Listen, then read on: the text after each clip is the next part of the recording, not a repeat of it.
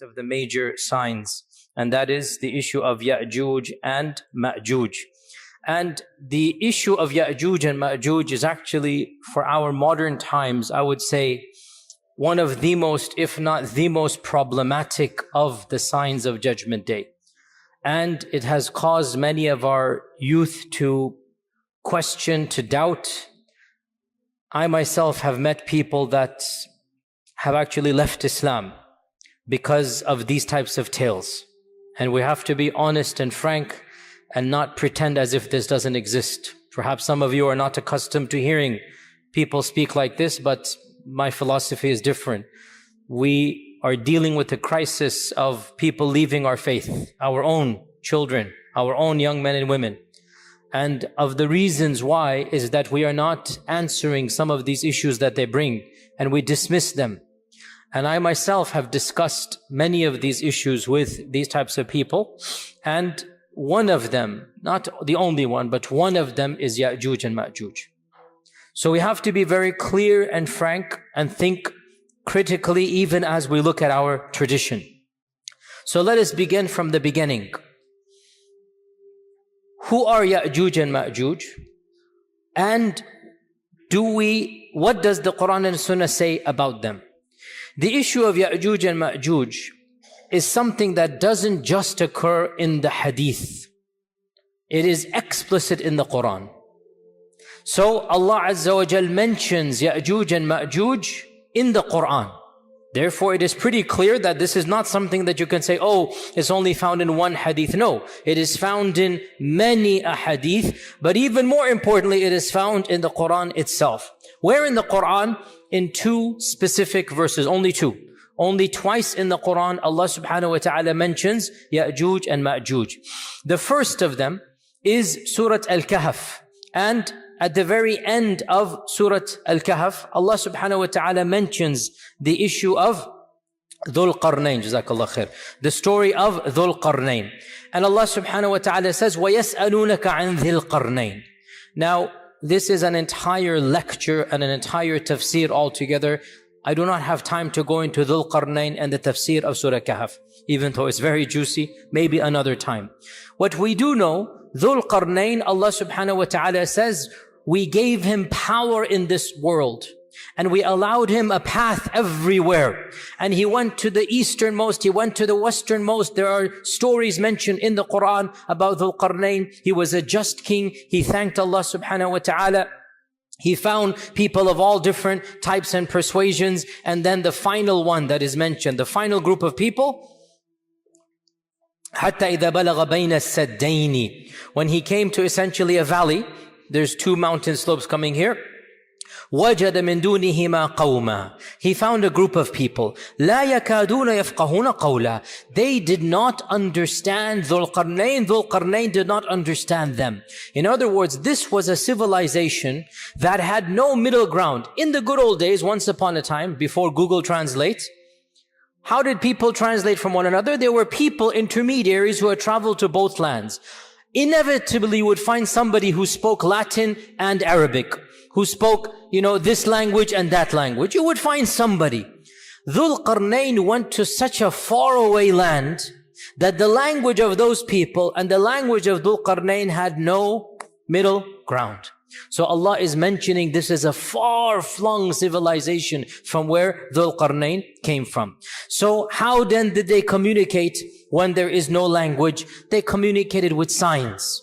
When you're in a tourist in a different land, in a strange land, and you have no language whatsoever, you are forced to communicate with your hands. And mashallah, you can communicate so much with your hands, right? When you really have to, you can figure things out. So they are communicating with their symbols, with their gestures. And so they say that قَالُوا يَا ذَا قَرْنَيْنِ إِنَّ يَأْجُوجَ مَأْجُوجَ مُفْسِدُونَ فِي الْأَرْضِ. This is the first mention of Yajuj and Majuj.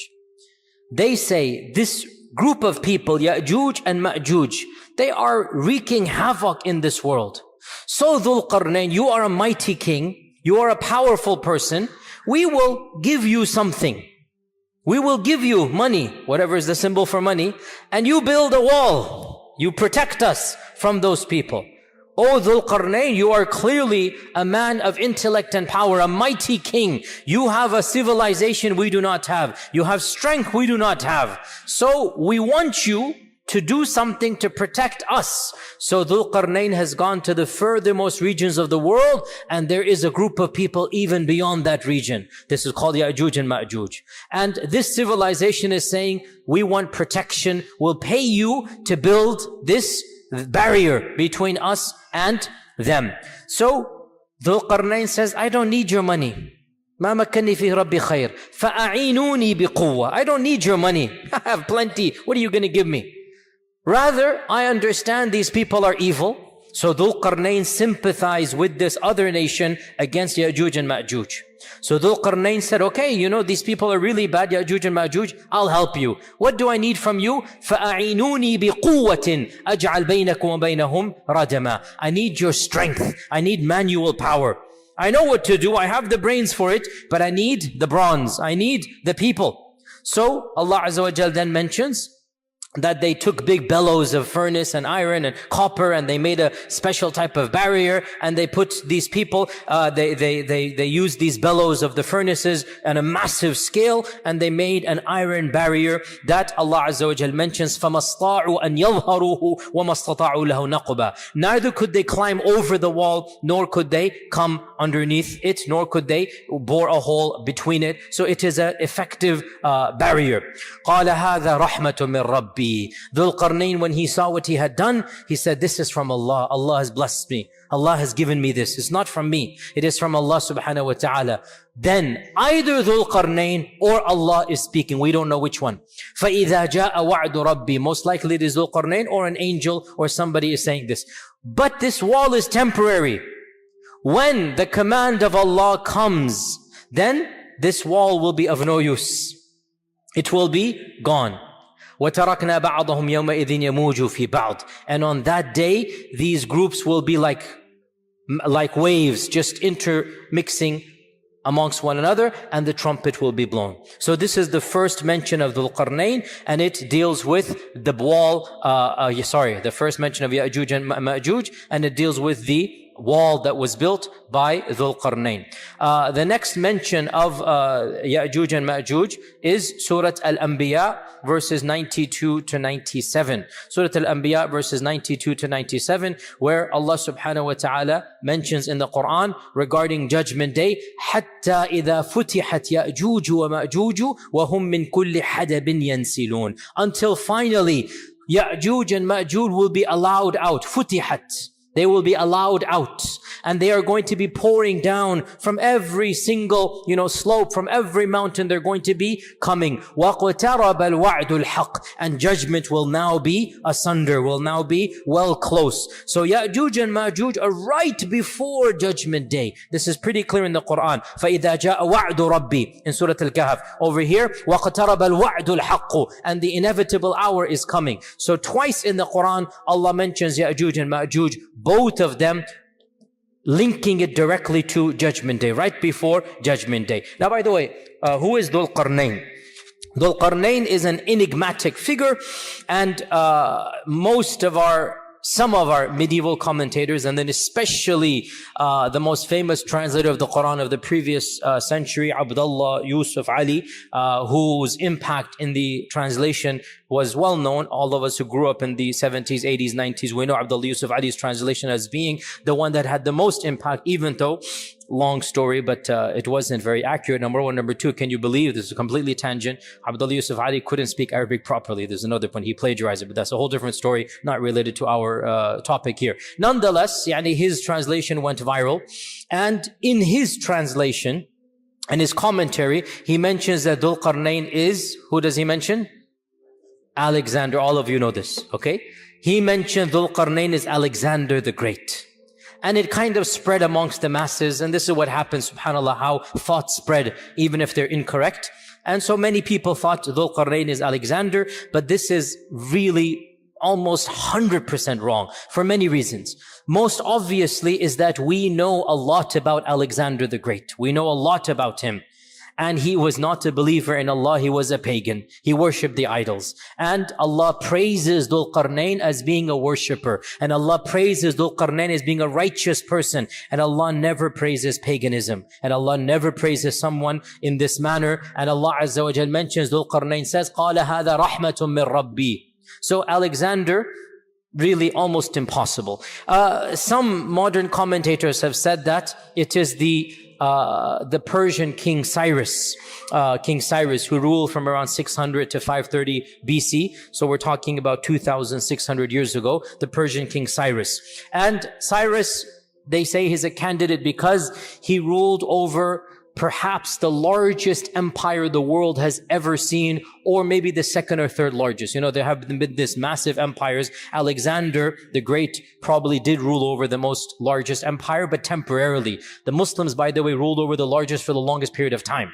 But that's a different thing. Alexander, for a period of time, had more, but it fizzled out with his death. The benefit or the beauty of Islam is that wherever the Muslims went, Islam remained, and Islam and the Muslim civilization was the largest, but it wasn't unified as solid, if you like, as it was under Alexander. So they say Cyrus. But firstly, there are a number of things that don't match up. And secondly, once again, Cyrus was a clear-cut pagan.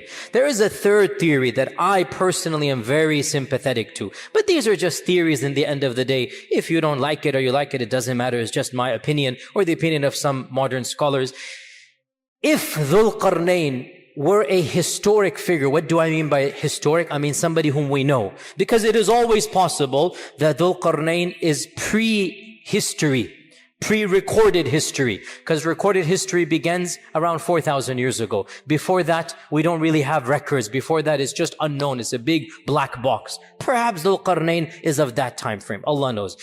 As for recorded history, it goes back around 4,000, roughly 4,000 years or a bit more than that. And we know pretty much all of the massive empires and the great kings of that time frame. If Dhul Qarnayn was one of the kings of this era, then we should know about him in terms of recorded history. Humanity would have known of these types of great kings who have conquered large swaths of the earth. So another candidate that I am personally very sympathetic to is the Persian Emperor Darius, the Persian Emperor Darius, who ruled 550 to 486 BC. And Darius ruled over most of the known world at that time, most of what we now call Asia Minor, the Caucasus, the Balkans, Central Asia, even Egypt, North Africa. He had a massive empire, and he himself traveled to the furthest east and the furthest west. And he led expeditions in his entire kingdom. And he fought against the Egyptians, he fought against the Chinese, he fought against or the people of that region, call them what you will, but he fought against all of these people. And what is interesting about Darius, unlike Cyrus and definitely unlike Alexander, Darius was a monotheist. In contrast to the people before him and after him, we know from the books of history that Darius was an ardent monotheist. He was a strict believer in one God. He was beloved to his people. He had the reputation of being a just king. And we have records of Darius. We have inscriptions to this day of Darius in which he is saying, I am the king, Darius and whatnot, whom God has given power, whom God has bestowed power to. In other words, هَذَا رَحْمَةٌ مِّن رَبِّي. Literally, God has blessed me with this power. It is very rare to find an ancient king who basically, Fir'aun said, أَنَا رَبُّكُمُ الْأَعْلَى. Right? It is very rare to find an ancient king who is saying, look, I am a king, but the one above is the one who made me the king. He's the one who gave this to me. So, and by the way, there's also a very enigmatic inscription of Darius in which he is depicted as having two horns as well. So that kind of, adds a little bit of a spice, to the whole mix there, that Darius seems to be a likely candidate. And he was an ardent believer. Now, some can say, for those of you who know your history, but Darius was a Zoroastrian. And we say, well, there was no Islam per se at this point in time. We're talking 2,000 years ago. And Darius believed in the one supreme God that they called Ahura Mazda. And that was their name for them, but it was one God that they believed in. So Allah knows best. We are not 100% sure in any case. And it is also possible that Dhul Qarnayn could be somebody in recorded history whom we don't know. But that seems a bit difficult to swallow for someone like me. But those of you who wish to, they can do that. But you have two main options in my opinion. Either it's one of these historic figures or it's pre-recorded history. But then the issue comes again to make the issue more enigmatic. Generally speaking, Quranic history is recorded history. Yani only Nuh and some are history. Otherwise, Ibrahim, Ismail, Ishaq, the rest of them, they're basically in the time frame that most civilization is known. So Allah Ta'ala knows best. In any case, Dhul Qarnayn is called Dhul Qarnayn according to our tradition, either because he had 2 streaks of white hair, or because he wore a helmet with 2 horns, and Darius is depicted as 2 horns, or because he went to the east and the west. So the Qarn here is east and west, so the owner of the east and the west. So this is the notion of Dhul Qarnayn. Now we're going to get to Yajuj and Majuj. Before I talk about my own understandings and whatnot, let's see what else is mentioned. So this is Yajuj and Majuj in the Quran. We don't have much about them other than they seem to be a race of savages. They seem to be a race that is barbaric, killing, looting, plundering. And Dhul Qarnayn, who has never met them, is sympathetic that these people are bad. He just wants to build a wall to protect these strangers from Dhul Qarnayn. So what does the ahadith say? The ahadith are numerous. In fact, in the 6 books of hadith, there are around a dozen narrations of Yajuj and Majuj. So it's not a small amount. There are around a dozen, Bukhari and Muslim have around 6 or 7. So it is mentioned in the most authentic books, Yajuj and Majuj. The concept of Yajuj and Majuj is found in our tradition. And of these ahadith, is the hadith in Sahih Muslim where our Prophet ﷺ said 10 are the major signs of Judgment Day, and he mentions Ad-Dukhan, Ad-Dajjal, Ad-Dabba, the rising of the sun in the west, the descent of Isa ibn Maryam, and Yajuj and Majuj. So number 6 on this list mentions Yajuj and Majuj. This hadith is in Sahih Muslim. So he mentions Yajuj and Majuj as being one of the 10 major signs. In another hadith, Sahih Bukhari, this is the Bukhari hadith, the Prophet ﷺ, actually the Muttafaq Ali, Bukhari and Muslim, the Prophet ﷺ said that he quoted the verse in the Quran that يا أيها الناس اتقوا ربكم إن زلزلة الساعة شيء عظيم يوم ترونها تذهل كل مرضعة عما أرضعت وتضع كل ذات حمل حملها وترى الناس سكارى وما هم بالسكارى ولكن عذاب الله شديد. This is the beginning of Surah Hajj, and Allah subhanahu wa ta'ala mentions in it that this is Judgment Day, that all mankind, fear your Lord. For indeed the earthquake of Judgment Day is something to be terrified. On that day you will see people, the mother will neglect her breastfeeding child, and people will walk around as if they are drunk, but they are not drunk, but the punishment of Allah is severe. And the Prophet ﷺ quoted this ayah, and then he said that when will this happen? When will people be so terrified? When Allah will announce to the angels or to Adam that, O Adam, take the people of Jahannam to Jahannam. And so from every 1,000, 999 will go to Jahannam. The Sahaba said, Ya Rasulullah, with those odds, how can we be safe? If every 1,999 are going to go to Jahannam, how can we be safe? What is the statistical chance of us winning? And so the Prophet ﷺ said, I give you good news. For every one of you, there will be 1,000 of Yajuj and Majuj. So this hadith, which is in Bukhari, is saying the quantity of Yajuj and Majuj is astronomical, beyond what we can even comprehend. Hadith in Sahih in Musnad Imam Ahmad, that the Prophet ﷺ said that you complain that there is no enemy. Some of the younger Sahaba are wanting to have a fight. You're complaining we're not fighting, but you shall continue fighting. There will always be qital once the fitna begins. That happened in the time of Uthman radiallahu anhu. There will always be fighting until Yajuj and Majuj come. So hadith is explicit that fighting will continue until Yajuj and Majuj. And then the Prophet ﷺ described them. They shall have faces that are flat. They shall have eyes that are narrow. They shall have hair that is yellowish. And they shall descend from every single plane. Now, important to note, you shall fight until Yajuj and Majuj. He didn't say you will fight Yajuj and Majuj. We will learn. We will not fight Yajuj and Majuj. Yajuj and Majuj are not fightable. Is that a correct verb? Is that a correct noun? Masdar. They are not capable to be fought. Let us be more precise and pedantic. You cannot fight Yajuj and Majuj. We will not be fighting Yajuj and Majuj. Fighting will continue until Yajuj and Majuj. Which also means what? After Yajuj and Majuj, no fighting. So Yajuj and Majuj is the final frontier, after which there will be no fitan. There will be no fitan after Yajuj and Majuj. This also shows that Yajuj and Majuj will be of the very, very, very last fitan to take place. Because after Yajuj and Majuj, there will be no more major fitan for the Muslims. The Prophet ﷺ said as well, another hadith. So right now, what am I doing? I'm narrating to you Qur'an and Sunnah. I'm narrating to you our sources. Then we will pause and go back and see what we can derive from those sources. Okay, because we need to really think deeply. And in all likelihood, we will have to do a part 2 for Yajuj and Majuj because there's a lot of material to digest and discuss.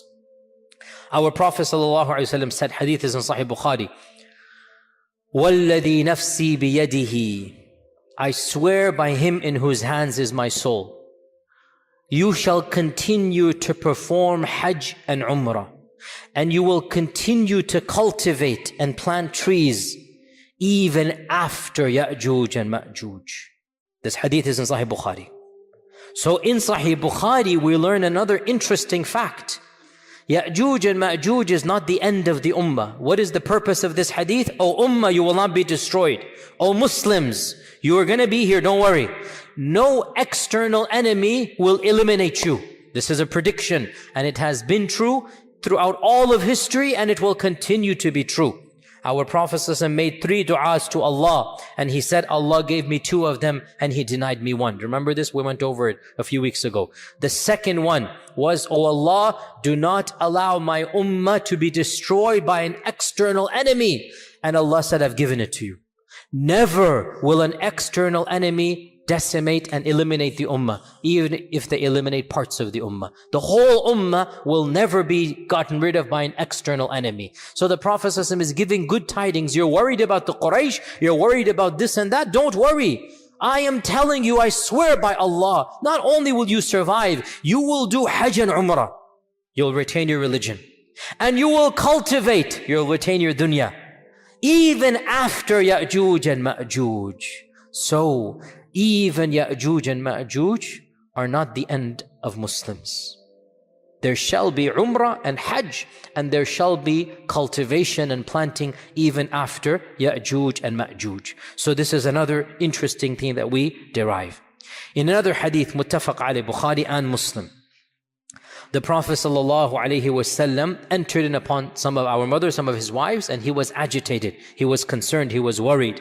And he put his finger and his thumb together in a circle. He put his finger and his thumb in a circle. And he said that, La ilaha illallah, waylul lil Arab min sharrin qad iqtarab. La ilaha illallah, waylul lil Arab min sharrin qad iqtarab.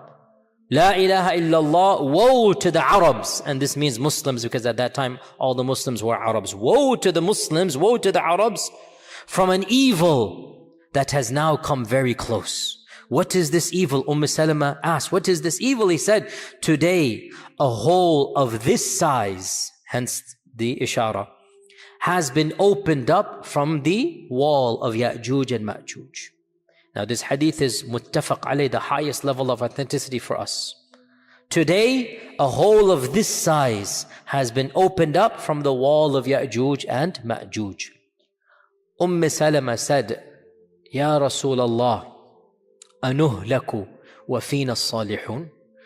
Will we be destroyed and there's still righteous people amongst us? will piety not save us? And our Prophet ﷺ said, Na'am, إِذَا كَثُرَ الْخَبَثِ. Yes, even if they're still pious people, but if filth is prevalent everywhere, the piety of some individuals will not protect you. It might protect them on Judgment Day. It might protect them. In fact, it will protect them on Judgment Day. But societies will not be protected when corruption and evil and fitna and licentiousness and nudity and fahisha is rampant everywhere. The piety of a few folks will not prevent the adhab of Allah from coming. Nasallallahu salama wal afiyah. If you understand this hadith, then you should make sure you are at least pious. So this hadith tells us that Yajuj and Majuj's wall has a hole this size in the lifetime of the Prophet sallallahu alaihi wasallam. Hadith in Tirmidhi, in which Abu Hurairah narrates that every single day Yajuj and Majuj try to dig out. And every day they are met with an angel. And the angel tells them, enough for today, go back. And so they go back until finally, on the final day, the angel mentions the famous phrase, Insha'Allah, come back. And the next day when they come back, so the narration is very long, it basically means every day they come back and they find all of the work that they have done goes back to nothing. They have to start from the beginning again. Until the last day, when they find they come back, the work of yesterday is still there. They still are carved in. So now they start from where they left off and they break through. So this is a hadith that mentions that Yajuj and Majuj are carving every day, and that every single day they get to a place until the angel turns them back. In another hadith in Sahih Muslim, we learn that after the Dajjal is killed, Isa will congratulate his followers and give consolation to his followers. And within that time frame, or a very short time frame, Allah will inspire Isa that a new group has come. Ibadalli, creations of mine have come. No one can fight them. No one can fight them. So take my servants and go to Jabal Tur, go to Mount Tur and protect them over there. Then Allah will send Yajuj and Majuj out, and so Isa and the Muslims will not see them. They will be protected in the caves of Turi Sayna somewhere. Wherever Musa was or in that region, they will be protected over there. Now, in this hadith, we learn that Yajuj and Majuj are so dangerous, so evil, that Allah Himself says, nobody can fight them. Interestingly enough, this army has just fought the Dajjal. This army has just fought the Dajjal, and they have won over the Dajjal. And they are told, you cannot fight Yajuj and Majuj. In fact, it is so bad that Allah protects them even from seeing Yajuj and Majuj. They just flee by the command of Allah before Yajuj and Majuj come. They find protection in the caves that Allah tells them to find protection in before Yajuj and Majuj come, and they remain in those caves. For how long? Allah subhanahu wa ta'ala knows best. And in fact, in one narration, it mentions that Isa and his followers, they will seek refuge in a cave for so long that what is the term I'm looking for? The head of a ram, the head of a goat, the head of a ram, a dead ram, will be more precious to them than 100 gold dinars. Now the head of a ram is almost useless. It has no meat. It has nothing you can benefit from. You throw it to the side. But they will be in the cave for so long that that head will be more precious to them than 100 gold coins. A fortune. They have nothing to eat and drink until finally, when they notice whatever they notice, we don't know, the hadith doesn't mention, maybe there's quiet, maybe there's something, they will say, who can go and volunteer and see what is going on outside the cave? So a man will volunteer, he will be considered the best of them, and he will resign himself to die the death of a shaheed. He's given up that he's going to die the death of a shaheed. And he will come out only to see that the world is full of corpses of Yajuj and Majuj. The world is full of corpses of Yajuj and Majuj. And then he will call out the people, and they will come out and they will see not a single handspan of the earth except that it is piled with Yajuj and Majuj, and the world will stench. There will be a stench that they cannot bear from Yajuj and Majuj's body. So they will desperately plead to Allah subhanahu wa ta'ala at this. And Allah Azza wa Jal will send a rain that will cleanse the earth, a cleansing that it has never had before. Deep cleansing from Allah Azza wa Jal. In another narration, Allah will bring a special type of bird that will pick up their bodies and take them away. So we have the removement of the corpses, then we have a special rain that will wash away the remnants as well. So this is another tradition from Sunan at-Tirmidhi. We also have in Musnad Imam Ahmad the phrase, which is also in other books as well, that Allah Azza wa Jal will send Yajuj and Majuj, and they will descend from every single plane. وَهُمْ مِنْ كُلِّ حَدَبٍ يَنْسِلُونَ. This is a Quranic verse. And they will pass by At-Tabariyah. And they will drink from At-Tabariyah. It's a massive lake. We'll mention which one it is in a while. And by the time the last of them passes by, there will be no water in the lake of Tabariyah. And the last batch will say, there used to be water over here. And Isa and his followers will remain trapped in a cave until the head of a lamb is more precious than 100 gold coins, as I mentioned this also in Tirmidhi. Then they will make dua to Allah to save them from Yajuj and Majuj.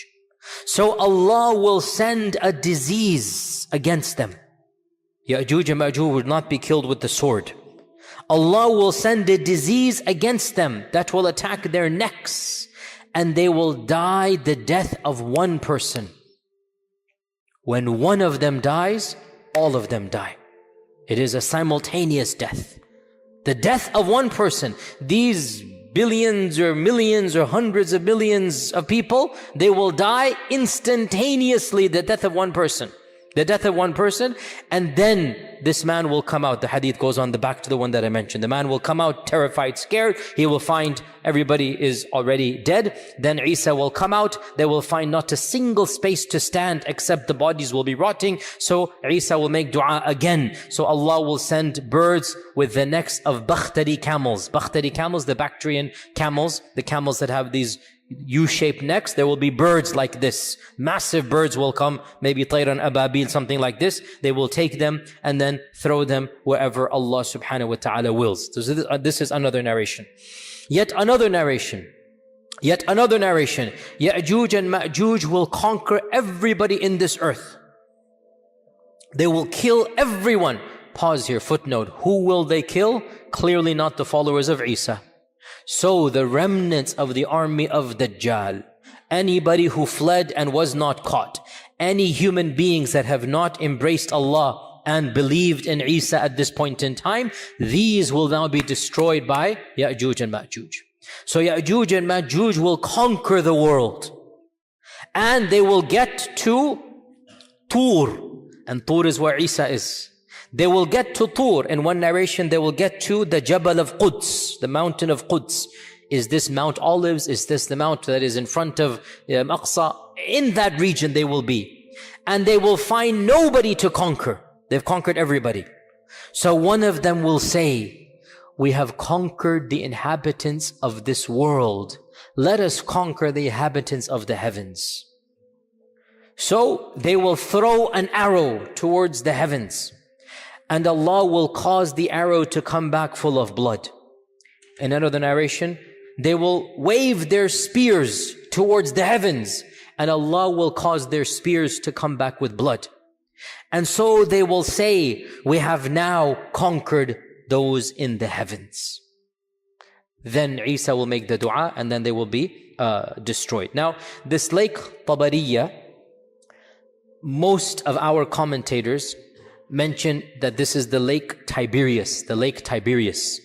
And this is also called by the Christians the famous Sea of Galilee, the Sea of Galilee. Okay, and to this day it is called Tabariya by the Palestinians and the Arabs of that region. Tabariya it is called, the Sea of Galilee. And the Sea of Galilee, it is a massive, massive lake. It is a massive amount of water. It has fed the crops and the people for 2,000-3,000 years.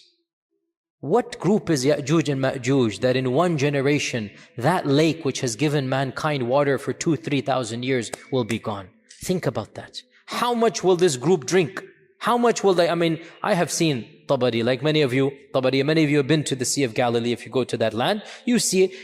It's like a mini ocean. That's why it's called the Sea of Galilee. It's like a mini ocean, even though it's not a sea technically, but it looks like it. It's massive. You can barely see. You can see, but you can barely see the end. This all water will be gone in one group? How? Think about this. It's very strange. How can it go? But this is what the hadith says. Also, what type of enemy is this? That the people of Isa haven't even seen them. What type of enemy that they cannot physically even fight them? Are they not humans? We're going to come to this. Because they fought Dajjal and his people and they were human. What is going on here? That they are not even seeing them. The man who's going to go see them is thinking he's going to die just by looking at them. He's already made up his mind, I'm a shaheed, I'm going to die. He volunteers the death of a shaheed, like, there's no way I'm going to be coming back. So we also have in a number of traditions as well, what demonstrates their quantity is that the Prophet ﷺ said that the Muslims will use the weapons and the armor of Yajuj and Majuj for many years to come. So they will get this stuff. In one hadith, in Musnad Imam Ahmad, he said, the beasts of the earth will grow fat and feed themselves for many years from Yajuj and Majuj. So the corpses will be so much that Yajuj and Majuj will fertilize the earth. And from this fertilization, there shall be a time of great opulence in terms of food. Perhaps the most opulent time in the history of mankind will take place, where our Prophet ﷺ said, one pomegranate, one rumman will feed an entire tribe.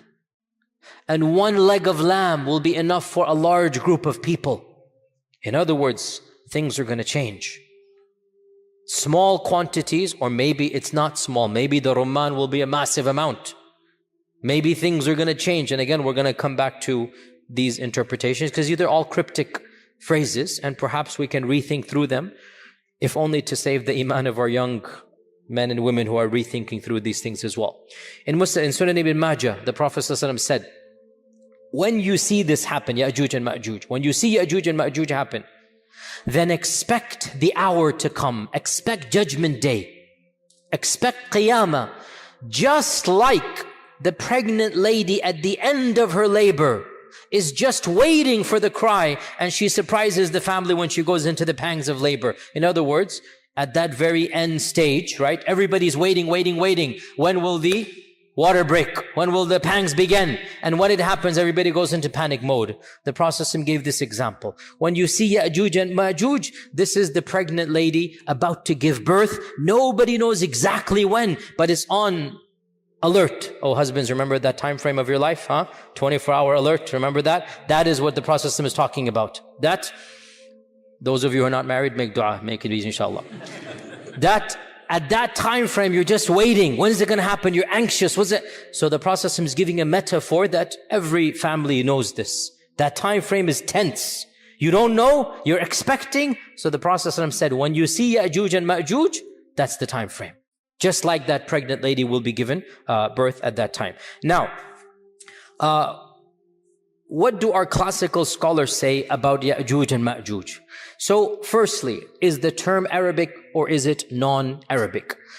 Our scholars, some of them said that the term is Arabic and it comes from ajja. Ajja ya'ujju ajjan. So, ajja means to kindle fire. Ajja means when the fire spurns outwards. However, in my humble opinion, it is not sound to read in Arabic meanings to proper nouns that are found in the Qur'an and Sunnah.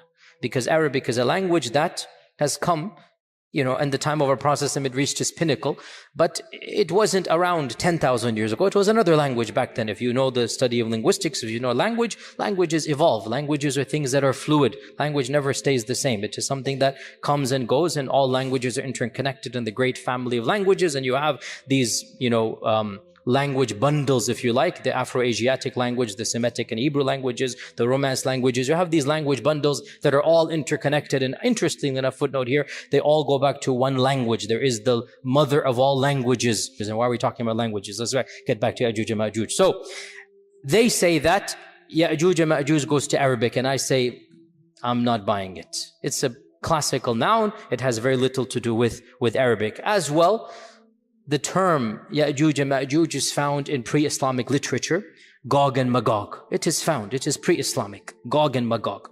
And it is mentioned in the Old Testament, Gog and Magog, and in the New Testament. The book of Revelations mentions the release of Gog and Magog, that Gog and Magog are going to gather for the battle. So this is in the book of Revelations, and this predates Islam.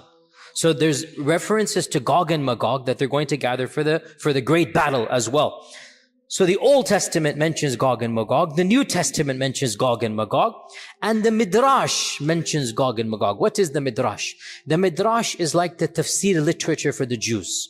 The Midrash is the commentary on the Torah, and it consists of legends and fables that go back many, many centuries before Islam. You have the Babylonian Midrash, you have other Midrashic texts. So the Midrash is pre-Islamic Jewish exegesis. It is tafsir literature that is ancient. It's not the Torah.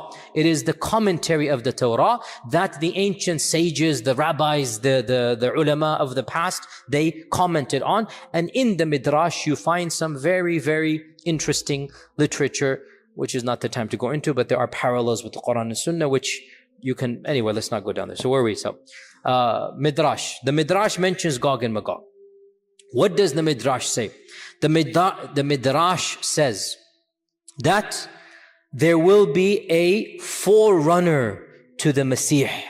We talked about the concept of Messiah in Judaism, remember? You guys remember, right? And Moses Maimonides put belief in the Messiah as a part of his 13 points of Aqidah. Is it the 11th or the 12th point? We're going to believe in the Messiah. A day will come when the Messiah will come. It is a part of Jewish literature. What I didn't tell you in that class 2 weeks ago, because it's not related, but now I should have mentioned it in hindsight, they actually, or some segments of Judaism, believe in two types of Messiah, the minor Messiah and the major Messiah. Now that we're talking about Gog and Magog, I have to bring this up. So they say that there will be a forerunner to the real Messiah. And this forerunner will defeat Israel's enemies. When they say Israel, they don't mean the country, they mean Bani Israel. Remember this, right? When the Midrash says Israel, they mean mu'mins, Muslims, i.e. Jews from their perspective. You understand? They don't mean the country. So they say that this Jewish messianic precursor, the minor Messiah, will defeat Israel's enemies, Gog and Magog, and then the real Messiah will come, and then judgment will take place, and then the righteous will be rewarded, meaning with Jannah, if that's their reward. Now, this is interesting because this is Midrashic literature, and it mentions two figures, and it mentions Gog and Magog, and it mentions Judgment Day, all in the same paragraph.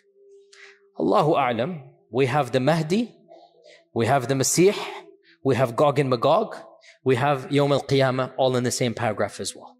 We find those things. Now, I did mention briefly there are two ways to interpret these things. If you're a secular, agnostic, atheist, if you're a person who believes in history and not God, then you will say, look, Muslims, Jews, they are taking from one another, right? And that's the standard interpretation of modern day academics. The Great Flood is a myth that transcends all civilizations according to modern historians. As I had mentioned, I think earlier, the Great Flood is a myth. I'm saying as a secular historian, it is a myth that transcends all civilizations. Every civilization believes in a Great Flood. You can analyze this and say, okay, this means it's a common folklore literature. The Old Testament has it, the Quran has it, native Indians has it, the Aborigines have it. So there is a myth of a Great Flood.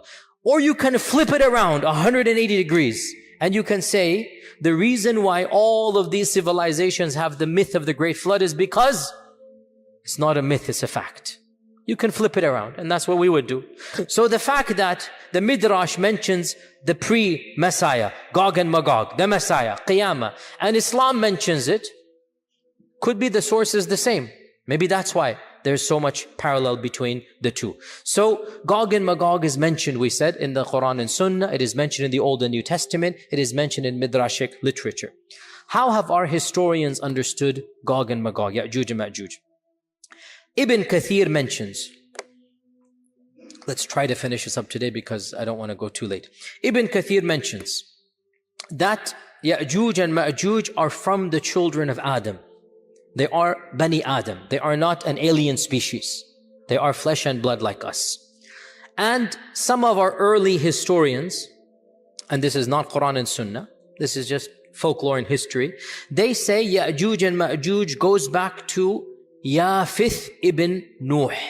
Yafith ibn Nuh. Now, this motif is biblical and it is found in the Tabi'un. It's not in the Quran and Sunnah. It is biblical and we find it in our early history. And that is that Noah had 3 sons. Sam and Ham and Yafith. This is a common motif that is found in the Old Testament. It is something that the Semitic races believe in, and it is found not in the Quran, not in the Sunnah, but in where? Early Islamic historical traditions. Which is why we don't necessarily have to believe in it. If it was the words of Allah and His Messenger, سَمِعْنَا وَأَطَعْنَا. If it's the word of a tabi'i, or even a sahabi, because this is history and it's not ilm al-ghayb, we don't have to accept it. So this issue, we find it in the Tabi'un, that Noah had 3 sons, Sam, Ham, and Yafith. And from Sam, we get the Semitic peoples, the Arab and the Hebrew race, and also according to this interpretation, Faris and Rome, the Persians and the Romans, right? Hence why, again, bit of a tangent.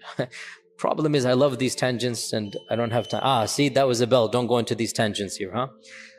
Back in the 1910s, when there was race laws in America, there were race laws in America. Hitler got his race laws from America, by the way. A tangent upon a tangent, there you go. There was a problem. How do we classify Arabs? How do we classify Arabs? How do we classify Desi log? A Hindu sued in the Supreme Court. And he argued, I'm not making this up. You can look this up, a famous case. I forgot the title. Singh versus this. No, it wasn't Singh. I'm joking. That was just a joke. I was scrap that. But it was a Supreme Court case. Supreme Court case. And he argued that he argued he's Aryan. Aryan mean Caucasian. In fact, he said, I am the Asli Aryan. You guys are Naqli Mal. I'm the real guy. And he used these race theories. And from this as well, Middle Easterners said, well, we are Caucasians. We are the descendants of Sam. They brought in the Bible. We are this. So this is now a theory that they had. And that is why to this day, some people say if you're Arab or Desi, you're technically Caucasian. And in fact, all of this is a little bit antiquated, to be honest. These views and whatnot, they don't add up scientifically. So all of this is anyway. But the point is, this is the notion that Sam is Semitic. And Ham is the father of the Barbar and the Qibt and the Sudan. So African peoples, Ham.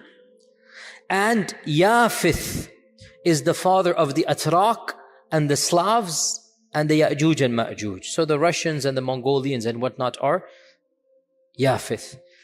To be brutally honest, this entire trope smacks of racism. And it's not found in the Quran and Sunnah. And it seems to be biblical. And it seems some of our early commentators copied and pasted from the Old Testament, which is actually very common. There's a genre called Israeliyat, where some of our earliest scholars, they would study the Midrash and they would study the Jewish folklore. And at that time, the Jewish folklore was considered to be a civilization worthy of admiration and respect. So they would take this and then speak it in Arabic to the masses, and the people would think that this is a part of Islamic folklore, even though it is coming from the Midrash. And this is well known, but I'm not inventing this up. It's called the Israeliyat. Look this up. So Allah knows best. I am very skeptical of all of this in any case. So Ibn Kathir says they are the children of Yafith. That's what I'm trying to say. All of this was that. And this is the standard interpretation of the majority of our medieval scholars. The fact that Yajuj and Majuj are Bani Adam, it seems pretty clear from our tradition. Bani Adam means human beings.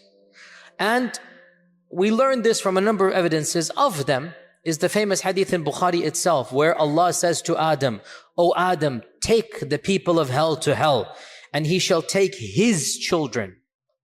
And that's when the 999 will go. So, the fact that his children includes Ya'juj and Ma'juj shows that they are Bani Adam. Okay? Now we have some really bizarre interpretations that are found in our books. And again, we have to be a bit more discerning. Just because it's written in Arabic doesn't mean it's the gospel truth. Pun definitely not intended. Just because we find it in an ancient book doesn't mean anything. We find ancient books written in our tradition that mention bizarre stories, truly mind-boggling. Some of the earliest books like Ka'b al-Ahbar and others.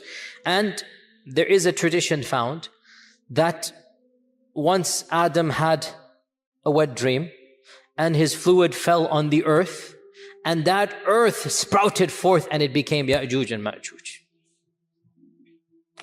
So we find this in our folklore, and we find it in respectable medieval books. And that's why, dear Muslims, we do need to be critical of our own tradition. We do need to be. Our ancient scholars were not infallible. We respect them. Wallahi, we do. But they were people of their time and place. And we need to look at it in our time and place and be cognizant of their humanness as we are cognizant of our humanity as well. So this is also found that Ya'juj and Ma'juj are Bani Adam but not Bani Hawa. Go figure. In any case, getting back to Ya'juj and Ma'juj, time is so limited to have so much to say. Let's see if we can summarize this. To be brutally honest, standard medieval interpretation of Ya'juj and Ma'juj is the following. This is what you find in Ibn Kathir. You find it in the tafsir literature of As-Samarqandi and of Al-Tha'labi. And basically, this is the mainstream interpretation for our classical and middle ages of Islam. Ever since the beginning of writing tafsir, let's say 300-400 Hijrah, up until pre-modernity, up until going to CE 1800s or whatnot. If you look at any book of tafsir, any book of history, the notion was the following. Ya'juj and Ma'juj are a bizarre, exotic tribe in the nether regions of the world that have been trapped by Dhul Qarnayn thousands of years ago, and they're still trapped to this day. And quite a few medieval historians have reported that I know of a friend of mine who traveled to the end of the world and he saw with his own eyes the wall of Ya'juj and Ma'juj. We find this in respectable Islamic books. The notion that Ya'juj and Ma'juj are a living tribe blocked to this day behind the wall that was built 4,000, 5,000 years ago. That wall miraculously is still there. People can see on the one side, and on the other side you have these savages that Allah knows how they're eating, drinking, replicating, whatnot, and they're still there for eons and eons and eons. This is the standard interpretation of our scholars of the tradition, not of the Qur'an and Sunnah. You understand what I'm going to get at, okay? We don't blame them. In their time frame, the world was unexplored. In their time frame, nobody traveled the world. The reason why Marco Polo became famous and Ibn Battuta became famous was because they traveled half the world. That's it. And they became world famous because they did what nobody had done. They simply went from one side of the known civilized world to the other side, and they came back. Marco Polo to Naples, to Italy, or to Sicily, wherever he was, Naples or Italy, where was he? And Ibn Battuta to Tunisia, where he was from. So people didn't travel. And folklores and legends were very common, and it was easy to believe these types of things. That there is this nether region of, and you know, if you read, by the way, even Ibn Battuta, by the way, you find bizarre fables. You find belief in mermaids and you find weird creatures and whatnot. This is what he believed. He really believed that there are races and aliens, or not aliens, but you get my point. This is the notion of his time. Marco Polo as well, he believes these types of things. So it's not surprising that our medieval scholars believe this type of stuff. Obviously, dare I say, anybody who knows science and geography and modern civilization, you cannot believe that there is a tribe for 4,000 years trapped behind a wall. I mean, if you believe this, that's your position. I cannot believe it. I find this very difficult to believe. So this has led people to do multiple things. We have 20 minutes left. I have to wrap it all up now, subhanAllah. The first interpretation, which is the standard interpretation of medieval Islam, is that, okay, maybe there are places in the world that are undiscovered. Maybe there is a race of people locked up behind the Caucasus Mountains or in Mongolia or whatever, and they're still over there. And Greenland, Greenland, interesting. How would Dhul Qarnayn get to Greenland? Because he's traveling. فَأَتْبَعَ سَبَبًا. He didn't go on a ship, he walked on a road. So that kind of, it's not the Bermuda Triangle, no. But many Muslims still believe this. I have nothing to say to this. If you believe it, I have nothing to say. I don't believe it, is all I'm trying to say. I'm not trying to dismiss any person's belief, and this is the belief of medieval scholars. If you still believe that there's a big wall that is lasting for thousands of years, and by the way, no human structure is that fortified for 4,000 or 5,000 years that nothing happens to it. Even the Great Wall of China needs to be built up or whatnot. I mean, it doesn't work that way. But anyway, if you believe, and anyway, so this is, what can I say? If you believe it, you believe it. I am somebody who, what can I say? My mind doesn't believe this. Others have said, we need to reinterpret Yajuj and Majuj metaphorically. And this goes back to another thing that I kept on stalling when we talked about the Dajjal, because I wanted to talk about it with Yajuj and Majuj. And that is this newfangled interpretation. And it is newfangled. You do not find it in pre-modernity. This is a very modern interpretation. It only begins in the 60s and whatnot. And it has now become common. Very common, so much so that many famous people, many mainstream people are explicitly or implicitly saying it in this land and in some islands in the Bermudas as well. There's a famous person who is well known for this type of theory. No names mentioned. That's not my philosophy to mention names typically. Where they say Dajjal and Yajuj and Majuj are symbolic. Symbolic. It's not an entity. Dajjal is, he will say, globalization. And Yajuj and Majuj, they might say Russia and America, the superpowers.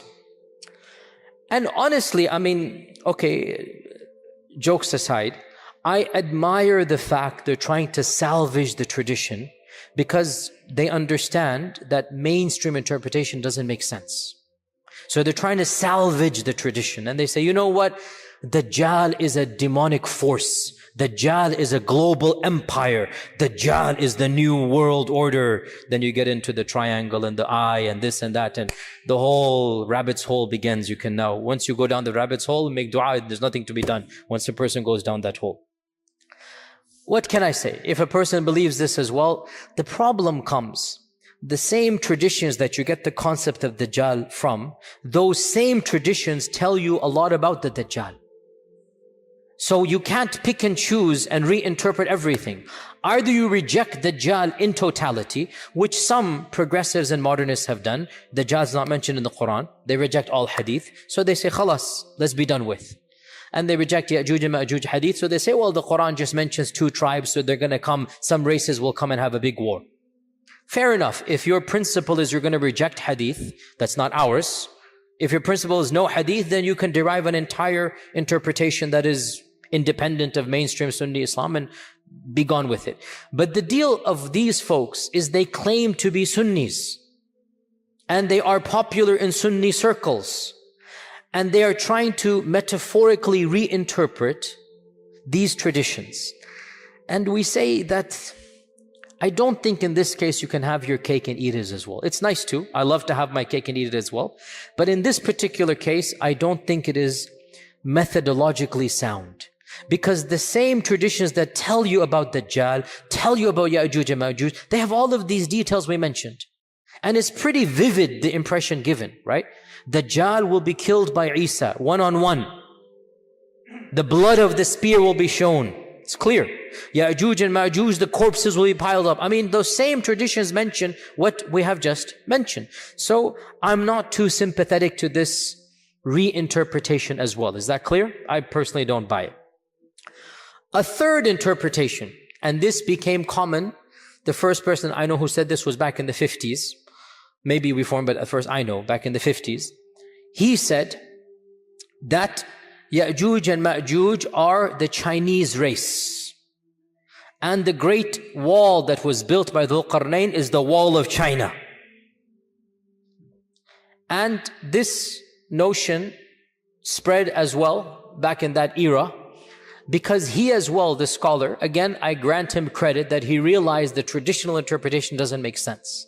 So he said, we need to rethink through this. So he attempted to rethink through, and frankly, for his time and place, it was a bold move because he was criticized by mainstream Sunnism. Mainstream Sunni scholars said, no, we believe in this and that. But he wanted to, again, salvage the tradition. Of course, what is the problem with believing that Yajuj and Majuj are the Chinese folks and the Great Wall in the Qur'an is the Great Wall of China? What is the problem with, where does one begin? There are so many problems with this interpretation. I mean, of the problems of this interpretation is that we know exactly who built the Great Wall. And he wasn't a believer in Allah. Jin Shu Shuao. He wasn't a believer in Allah, the famous emperor. He was one of the pagans of the, Shinto, whatever religion it was. And the Great Wall was actually built to protect the Chinese people from within, not from without. And the Great Wall is not a barrier that is impenetrable. People go in and out all the time. In fact, gasp, shock, I myself have gone in and out of the Great Wall. I in fact did a video that went viral 2 years ago. I took a group to China 3 years ago. And I stood on the Great Wall, and I have a video, YouTube clip. Is the Great Wall of China the wall of Yajuj and Majuj? You can look at it yourself. And I said, no, it's not. Don't worry. It's not the Great Wall of there. So, this as well, it doesn't make sense, neither heads nor tails, Nasar naper, literally, neither heads nor tails. It doesn't make any sense. The wall of Yajuj and Majuj is not the wall of China in any stretch of the imagination. It doesn't make sense as well. Where does this leave us? Another group says, and this is something that I have heard myself, some ulama say, that perhaps Yajuj and Majuj are not on earth, but under earth.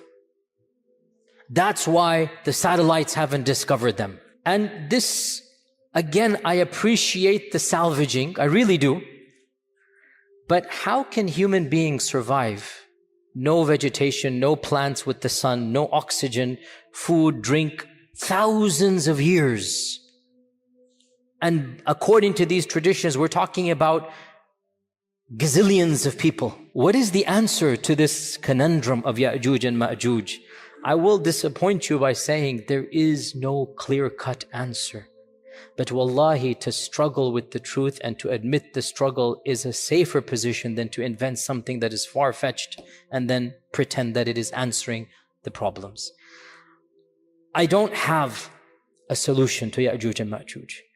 I am personally skeptical, maybe because of my own upbringing and I have a degree in engineering. I understand mathematics and chemistry and geology, and I just find it. Now, you can quote back, Allah ala kulli shayin qadir. And I say, indeed, Allah ala kulli shayin qadir. But are we obliged to believe that Yajuj and Majuj are billions of people under the earth? This is my point. If the text told us explicitly, sami'na wa ata'na. But when the texts don't tell us this, can we rethink through and say this? So I conclude with two opinions. The first of which is plausible, the second of which is even embarrassing to mention, but I will mention it. As for the plausible one, Allah knows best. Perhaps, this notion of a living tribe of Yajuj and Majuj is not correct. Because if you look at all of the traditions, there is only one tradition that is in Tirmidhi with one isnad that mentions the Yajuj and Majuj are daily digging. And every single day they're told to go back. All the other traditions don't mention a living Yajuj and Majuj. As for the hadith in Bukhari that the wall has been opened, that could be a wall. It could be, in this case, see, to what level of metaphor is allowed? Ijtihadi. If it were to be said, a wall has been opened is a metaphor that indeed Yajuj and Majuj is now closer to you. Personally, I don't see this as that much of a stretch than to interpret all the hadith to mean Yajuj and Majuj are symbolic in nature. But again, it's ijtihadi. The only tradition that mentions Yajuj and Majuj are alive right now, and they are digging through every single day, is a solitary narration in Tirmidhi and also in other books with the same isnad. And I did my research for this because this is problematic. And I have to say I was relieved to find classical scholars, some of them did problematize this hadith. Ibn Kathir amongst them, who said that this tradition seems to be it's an illah or a hidden defect, that it is not from the Prophet ﷺ. It might be coming from the Israeliyat, because Abu Huraira also studied with Ka'b al-Ahbar. Ka'b al-Ahbar was the son of a rabbi, and he would narrate Israeliyat, and Abu Huraira would listen to him and narrate. And one of the students of Abu Huraira assumed it to be from the Prophet ﷺ. This is Ibn Kathir saying this, not me. So he said, perhaps this is from the Israeliyat. And this is what I firmly believe, simply because it is highly problematic to posit that there are billions of people somewhere in today's world clawing away. So the first interpretation, which is posited by a group of people, let's just leave it like that. A very wise person once said, let's just leave it like that. The first interpretation is that Yajuj and Majuj are a group of people that will come towards the end of times. And they will wreak havoc and do this and that. So we get ourselves out of the problem of them being alive right now. And as for the wall of Dhul Qarnayn, there was maybe their biological ancestors, maybe some other tribe that had those characteristics, and they were trapped by Dhul Qarnayn. That did happen. But we don't have to affirm that they are still trapped 5,000 years later. Rather, maybe their descendants, maybe people similar to them, so they are called Yajuj and Majuj, are them. This is the first interpretation. And I am very sympathetic to it, and it solves many of our problems. There is another interpretation which I hesitate to even verbalize. And I will tell you honestly, this is not mine. I will honestly tell you, this is something that I am involved in many discussions of this nature with many people and whatnot. And one of my scholarly friends in a private conversation, so he will not allow me to mention his name. But I am telling you something that don't believe it's coming from me. Okay? You guys ready? Ready? Okay. Don't ascribe this to me, please. Who is it not from? Good. No, from my friend it is from him. Not from Don't do a double negative on me. So we were talking with a group of ulama, a group of students of knowledge, whatnot, call them whatever you will, and we're talking about this problematizing. It is a problem. Wallahi, it's a problem for any rational mind. What are you going to do with Yajuj and Majuj? It's not an easy thing to come around. And even he was hesitant, but he brought it up. He said, let's look at these traditions again. We see that first and foremost, Yajuj and Majuj seem to be human but not human. You see where this is heading. And they seem to be a race of people that cannot be fought. And they seem to be doing things that are bizarre, drinking up all of this water. That's not, humans can't do that. Mentally, they don't seem to be 100% there when they think they can kill the people of the heavens. This isn't normal. This isn't rational. The regular human beings alive, the followers of Isa, are so terrified of this group that they don't even want to see them. They're fleeing away from them. They will not fight them. The hadith mentions they will not be able to be fought. لا يدان أحد من قتالهم. And he mentions, if you look at the popular imagination of our times, you find a genre of literature and horror movies. You see where this is heading. And he mentions the word. And my jaw just dropped and I laughed. I said, are you serious? He goes, hear me out. Don't call them that word. For those who don't know the word, maybe the youngers can tell them later on. Don't call them that word, but the concept. What if we're talking about chemical warfare, we're talking about Dajjal, we're talking about the bird falling down, things are happening, weapons being unleashed, weapons beyond our understanding. What if the concept is there that these groups of people are human but not quite human? And they're doing all of these things, and everything just started clicking in my head. Check, check, check, check. I'm like, this is so ridiculous. You will never find me saying this in a lecture, and here I am in a lecture saying it. But in any case, Allahu A'lam, frankly, it makes more sense than believing that 1 billion people are somewhere in Timbuktu or Zimbabwe or some faraway land. It makes more sense to me. Because Allahu A'lam at the end of time, also, yes, the key point. They shall die the death of one man. How will they get gotten rid of? Allah will send a disease, some type of antivirus, some type of vaccine. I'm just saying what my friend said. Because the hadith mentions this explicitly, does it not? Allah will send something that will get them in the neck, and they will die the death of one person. So when my friend kept on going over all of these points, my laughter turned to a serious contemplation. And I said, but how do we tell the public this? Then I said, I'll just project it onto my friend, which it is true, it is coming from him. And I'll take myself out the picture so that as you laugh at my friend, but the laughter will slowly turn to contemplation. And deep down inside, you'll realize this makes a lot more sense than anything else out there. So we conclude by stating that Yajuj and Majuj are a reality. We believe in them because the Qur'an mentions it. And that these enigmatic descriptions should not cause us doubt, because strange things will happen towards the end of times. Don't base the validity of Islam on trying to understand Yajuj and Majuj. That's ridiculous. We base the validity of Islam on the Quran, on the beauty of Islam, on Tawheed, on La ilaha illallah, on the fact that it answers all the big questions of life. Islam comes with some things that may be beyond our comprehension, such as Yajuj and Majuj. We just have to sami'na wa ata'na. And when it happens, all of these hadith will fit into place and we will see, oh, I get it. That's what was being referenced here. So in the end, Allah Azza wa Jal knows best.